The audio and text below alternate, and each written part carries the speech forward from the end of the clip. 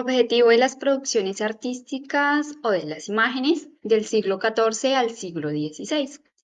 Eh, para hacer una comparación entre Europa y América. En Europa, especialmente durante lo que fue el Renacimiento, el arte se centró en representar lo que es la figura humana, explorando la perspectiva y recuperando los valores del humanismo clásico. Las imágenes tenían fines religiosos, políticos y educativos, y eran utilizadas para afirmar el poder de la Iglesia y el poder de la monarquía, pero también para demostrar el conocimiento y el prestigio que tenía el artista o el mecenas.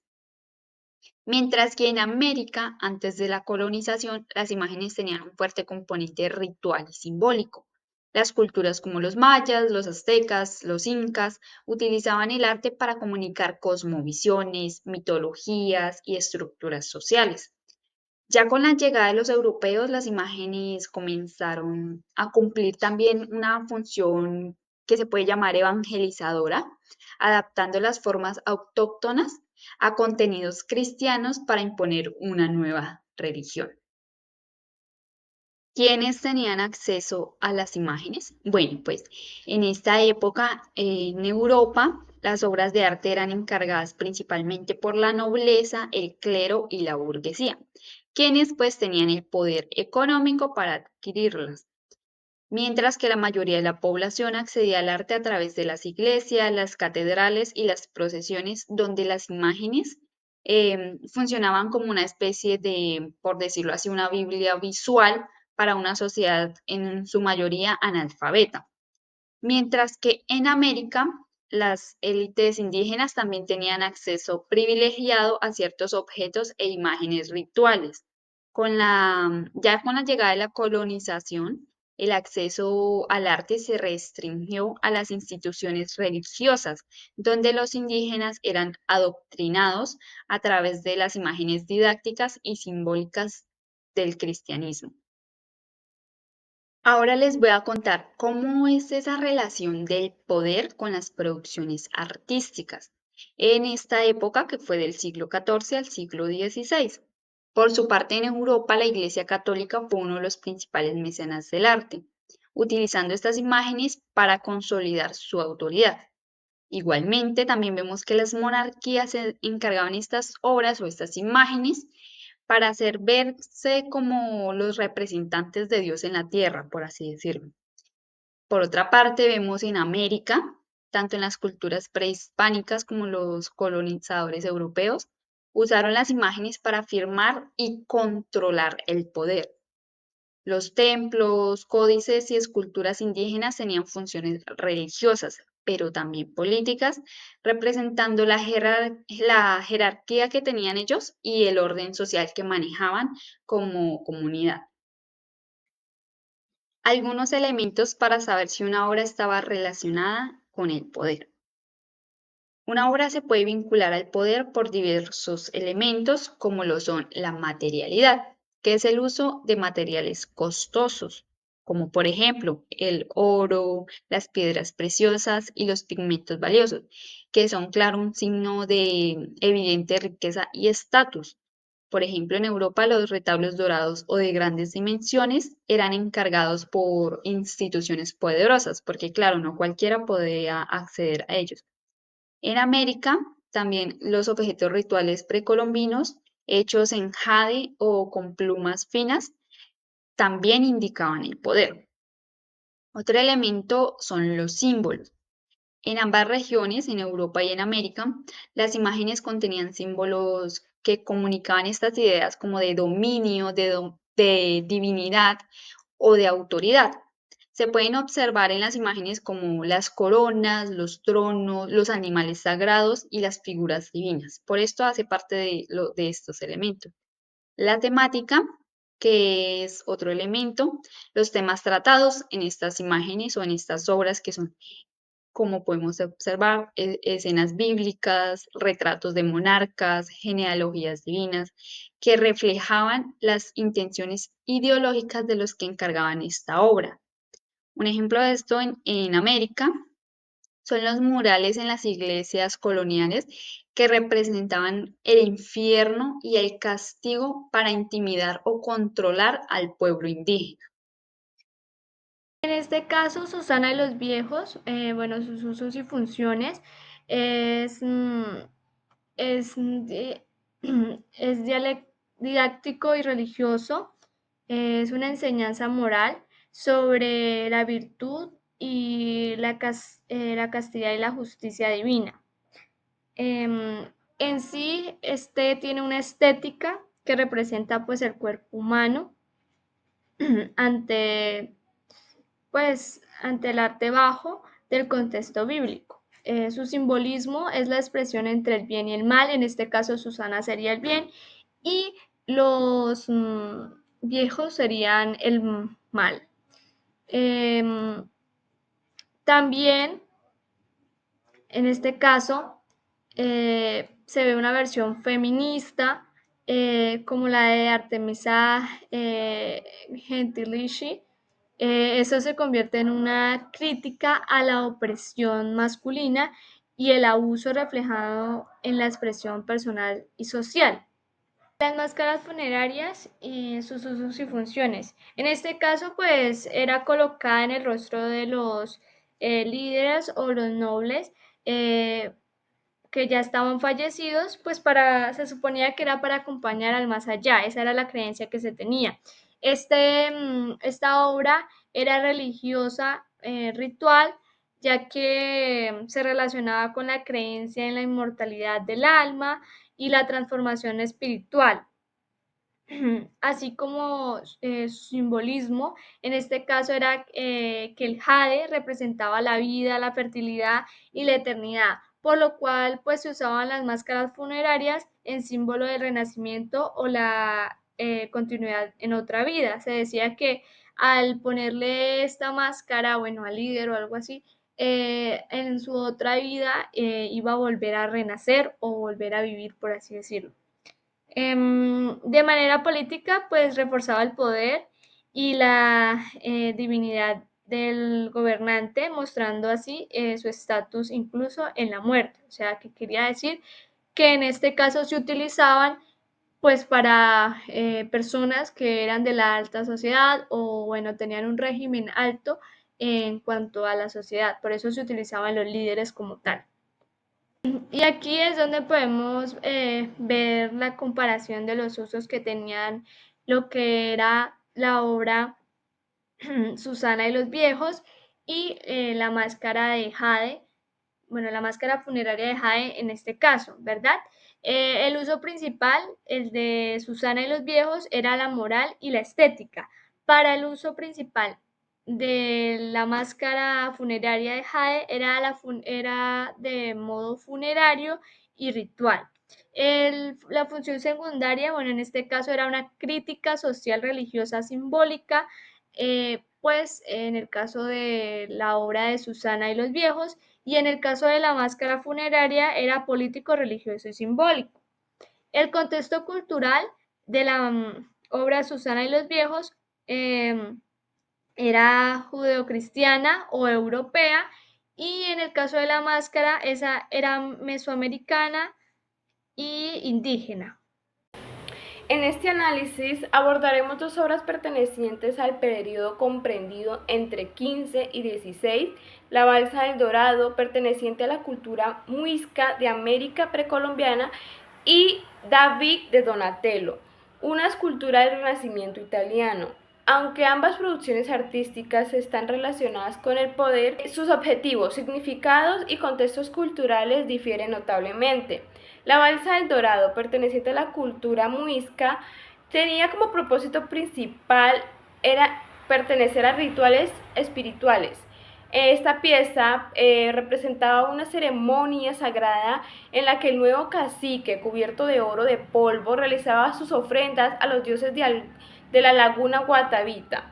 Era un acto simbólico que fortalecía su vínculo con lo divino y legitimizaba su autoridad tanto política como religiosa.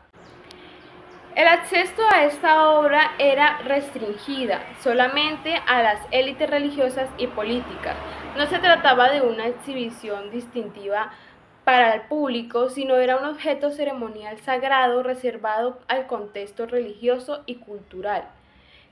Esta exclusividad reforzaba la función de su simbolismo y poder en la espiritualidad sagrada y el comunitario.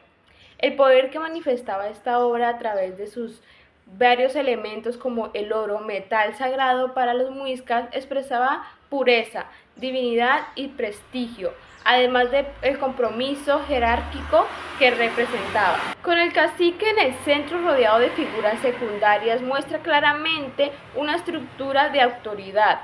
La temática ritual refuerza el papel como medio de conexión con lo sagrado y la legislación del liderazgo. Por otro lado, el David de Donatello, creado en un contexto del Renacimiento italiano, responde a ideales cívicos y humanistas. Representa el triunfo del joven David sobre el gigante Goliat, como símbolo de victoria de la inteligencia y la virtud sobre los tiranos. Esta obra funciona como una afirmación estética y política de los valores republicanos de la ciudad de Florencia.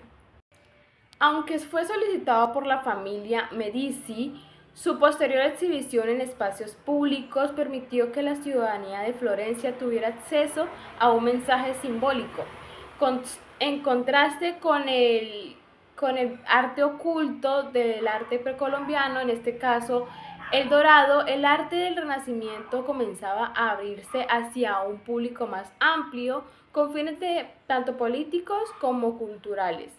En esta obra también se observan elementos que lo vinculan con el poder, como es la elección del bronce como un material que refleja el valor que se le ha otorgado a la escultura, también las habilidades técnicas necesarias para crearla.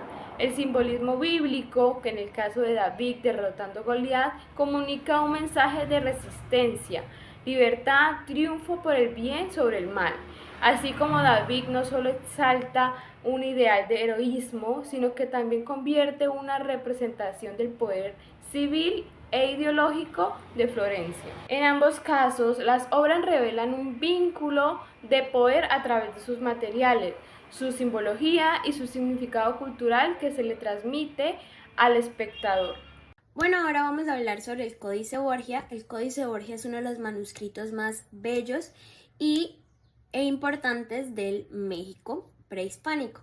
Contiene símbolos, imágenes ricas en simbolismos, no cuenta con un escrito en una lengua alfabética y se cree que fue utilizado para rituales, para adivinaciones, para cálculos calendarios por parte de los sacerdotes. Está lleno de deidades, de símbolos del tiempo, de escenas del inframundo, sacrificios y escenas de la cosmovisión indígena de este territorio. Continuamos con la ficha técnica que nos menciona que pues su nombre es el Códice Borgia, ¿verdad? Su autor es anónimo, aunque posiblemente varios tlacuilos. También se puede considerar que su autor son escribas o pintores mesoamericanos. Su cultura es mesoamericana, aunque posiblemente sea también mixteca o nahua. Su lugar de origen es México Central y su fecha de creación fue el siglo XV. Esto fue antes de la llegada de los españoles. Como técnica encontramos que es pintura sobre piel de animal usando pigmentos naturales, es decir, pergamino. Pues conocemos que el pergamino es la piel del animal seca. Es todo un proceso que manejaban las culturas de ese momento. Además, encontramos que sus dimensiones son 39 hojas, es decir, 78 páginas que estaban plegadas en forma de biombo, lo que hacía la creación como de este manuscrito o de esta forma de cuaderno. Su ubicación en este momento es la Biblioteca Apostólica Vaticana, ubicada en la Ciudad del Vaticano, y es un tipo de obra que es un manuscrito ritual o adivinatorio. Vamos con el Jardín de las Delicias. El Jardín de las Delicias es un tríptico que representa 3 escenas. En la primera encontramos el panel izquierdo que nos muestra el paraíso. En el paraíso nos muestra la imagen de Adán y Eva, una idea de la creación. En el panel central representa un mundo fantástico, lleno de placeres, cuerpos desnudos, animales extraños, frutas gigantes. Ya en el panel derecho muestra una visión infernal, es decir, en este panel nos muestra una visión caótica, oscura, con castigo a los pecadores. Ya entrando en la ficha técnica del Jardín de las Delicias, encontramos que el nombre de la obra es El Jardín de las Delicias. Su autor es Hieronymus Bosch, o también conocido como El Bosco. Es de la cultura flamenca que se desarrolló en el norte de Europa, en la época del Renacimiento en el norte de Europa. Su lugar de origen es Países Bajos, que ahora es actual Holanda. Su fecha de creación fue 1490 y 1510. En técnica encontramos que es óleo sobre tabla, que en esta vez nos lo presentan en una forma de tríptico, como ya lo mencionamos, una parte izquierda, central y derecha, ¿verdad? Dimensiones encontramos que es 220 centímetros por 389 centímetros. Esto medida pues es siendo abierto el tríptico, ¿sí? Estando totalmente abierto con sus 3 partes. Ubicación actual, Museo del Prado. España, aunque pertenece a culturas diferentes,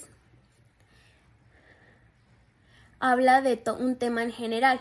Entonces, en ubicación actual, Museo del Prado, Madrid, hizo un tipo de obra de pintura religiosa y simbólica. Aunque pertenecen a culturas diferentes y estilos diferentes y técnicas distintas, ambas obras transmiten un mensaje o una visión del mundo profundamente espiritual y simbólica, relacionada de manera estricta con la forma en la que estas culturas analizaban, pensaban y veían su realidad espiritual. Por el lado del Códice Borgia, revela cómo los pueblos originarios comprenden el universo, el tiempo, la divinidad a través de símbolos complejos como los que vemos en este cuaderno, que es en este fragmento, en este libro, que nos muestra todo una revelación religiosa sobre esto sin hablarnos con letras o con algo alfabético, ¿verdad? Por otro lado, el Jardín de las Delicias nos habla del alma humana desde la mirada cristiana europea, hablándonos de placer, de pecado y del destino final. Ambas son verdaderos libros visuales llenos de significados profundos que invitan a la interpretación, es decir, cada uno tiene la idea o la profundidad de que sea interpretado. Tanto el Jardín de las Delicias como el Códice Borgia es una herramienta poderosa y profunda que revela las verdades o las creencias de estas culturas en su momento y en su época, que estamos hablando del siglo XIV al siglo XVI. Esto todo como una herramienta poderosa para enseñar y reflexionar con lo sagrado desde la cultura, y no solo para esas personas en su momento de creación, sino para el futuro y el ahora, que aún seguimos buscándole sentido, aún seguimos tratando de descifrar, aún seguimos tratando de interpretar estas obras.